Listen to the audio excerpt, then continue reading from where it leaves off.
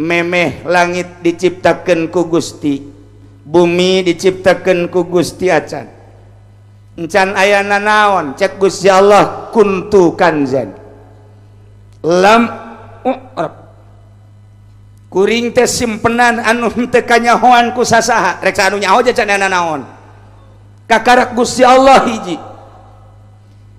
Fa ahbabtu an uroba kaula mika hayang mika resep hayang dikanyahokeun bahwa kula teh pangeran nu mantak fa khalaqtul khalqa kuring ngadamel makhluk cek Gusti.